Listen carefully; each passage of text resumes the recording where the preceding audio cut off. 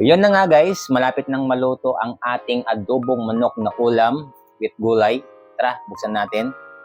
Uy, ang chalap-chalap. Ding ding ding ding. What's up guys, for today's video is nagluluto tayo ng paboritong ulam nating mga Pinoy. Ano pa nga ba? Syempre yung adobong manok na, tingnan mo, lapit ka. Yan, videoan mo. Yan, ito yung niluluto natin na manok na, syempre manok na adobo. So syempre masarap na ulam natin for today's video. Ayan, so pinapakuluan mo natin siya para yung lasa niya is magsilabasan. Ayan. So kapag luto na siya, doon mo na ilalagay yung suka at saka tuyo. Dato puti. Dato puti, baka naman endorsement to. Yan. So syempre konti lang para hindi masyado maasim. Hindi katulad nung katabi mo, yung kaibigan mo maasim. Joke lang. Kailangan pag nag-aadobo ka, lalagyan mo siya ng lagyan mo siya ng toyo at saka suka para yung lasa niya is pagpantay. Ayan. Dato puti, baka naman endorsement to Prinomote ko na kayo Ayan. Dapat di ko papakita yan pero dahil for the vlogs, pinakita ko. Ayan. So mag-aantay tayo ng ilang minuto para maluto tong adobo. Ayan.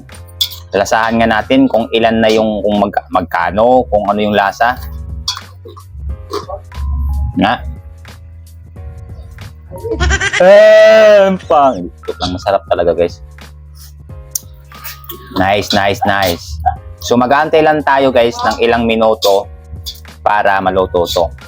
At bago yan guys, sa mga nagtatanong kahit wala, baka naghahanap kayo ng rice cooker na pwede lutuan ng kanin at saka ulam. Perfect to guys kasi tingnan nyo naman, napakaganda. Dito ko lang to nabili sa TikTok. Yan. Siyempre medyo na siya, ilalagay na natin tong gulay. Ito bago to guys adobo manok with gulay. Di ko rin alam kung ba't naisip to Lagay na natin. Sana naugasan na tong gulay. Ayan. Bago to bago sa panlasa nyo to. Bago din sa akin. Di ko alam to, chop suey ba to or adobo. Try natin kung sakto na ba yung sabaw.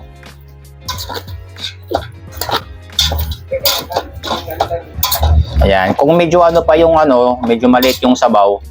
Kung gusto nyo yung may hilig kayo sa sabaw, pwede nyo naman dagdagan yung sabaw. Ayan. Diba? Ayan. Tingin sabaw. Tubig. Dagdagan natin. Ayan. Yung binigay ng assistant cook ko guys. Ayan. Helper ko yan dito sa bahay. Habang nagluluto ako. Asin. Tsaka yung pantimpla. At saka pwede nyo padagdagan ng paminta. Hindi ko alam kung anong lasa nito, basta nag-video lang ako for the vlogs. Yan. Tapos, siyempre, ang sikreto natin mga Pinoy, alam nyo guys kung ano yung sikreto ng mga Pinoy kahit hindi magaling magluto? Alam mo anong sikreto? Magic sarap. Konting patak, konting bodbod, lasang langhap. Sarap. Magic sarap. Ayan. Taga-video, ayusin mo. Di mo pinapakita yung mukha ko para nagsisikat niyan.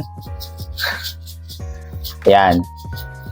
This magic sarap, sikreto ng mga hindi marunong magluto para kunwari masarap. Mag-aantay tayo ng ilang minuto, papakuluin natin yan. Lapit. Look. O diba? Amoy ulam. Lasang ulam. Pwede ko lang dagdagan ng tuyo.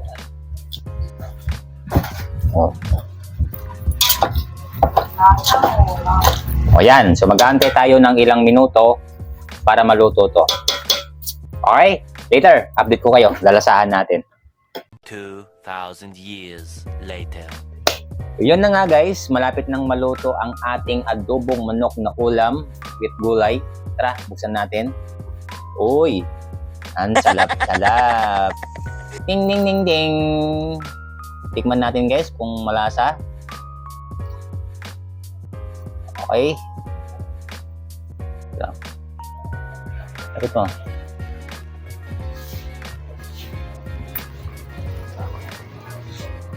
Joke lang. Masarap guys siya. Medyo kulang siya ng asin. Usahan natin. Yan.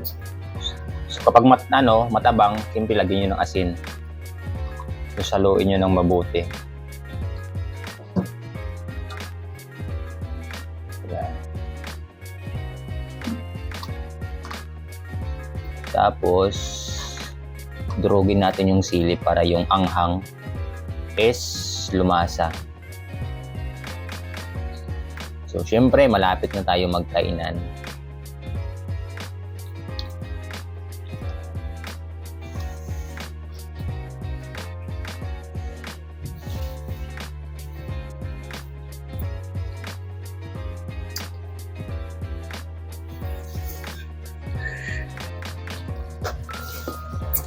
Guys, Ang talap! Ang talap! Ang talap! Ah.